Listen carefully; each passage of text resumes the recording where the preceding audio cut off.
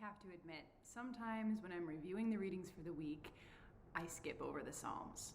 It's not that I dislike them, I just kind of forget about them when I'm moving from the first reading to the second. But I'm really thankful that in preparation for this week, I didn't skip over the Psalm, because it turns out this week's Psalm is one of my favorite passages in the entire Bible, the Magnificat of Mary.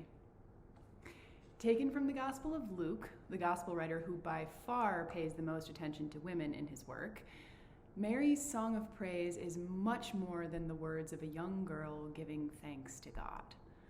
It is a radical vision of a world made new. The lowliest are called blessed, the hungry are satisfied, the rich are sent away empty. In the unabridged version, the mighty powers are brought low, the proud are scattered, the humble are exalted. Unsurprising, perhaps, that this passage has been banned in several countries during periods of unrest, including India during British occupation, Guatemala in the 1980s, and Argentina in the 1970s.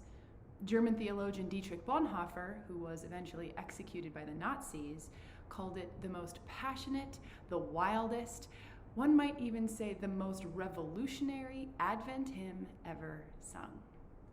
It is a rallying cry for believers in the kingdom of God on earth, for the oppressed and downtrodden across time and space, and for those who seek justice in this life, not just the next.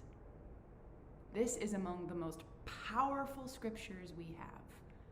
So what is it doing mixed in with all of the readings about joy during Gaudete Sunday? Could it be that this is a roadmap toward building a world where joy can be shared by all equally?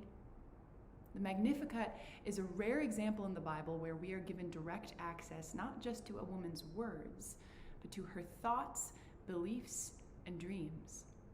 Mary's dream of the future and her skillful interpretation of what God is creating is full of joy, even amid the uncertainty of a changing world, even amid the strain of waiting for something new. She recognizes God's goodness within the disruption of the status quo, in the promise of justice and a better life. She envisions the world that Jesus' birth is meant to begin, a world of broken rules, radical generosity, and unabashed equity, and she finds it joyful to behold. Let Mary's joy be our joy. Feed the hungry, exalt the humble, turn every hierarchy on its head. Do what Jesus and Mary both realized they were born to do, and what each of us was baptized to take on. Find joy in the disruptive work of birthing the kingdom of God.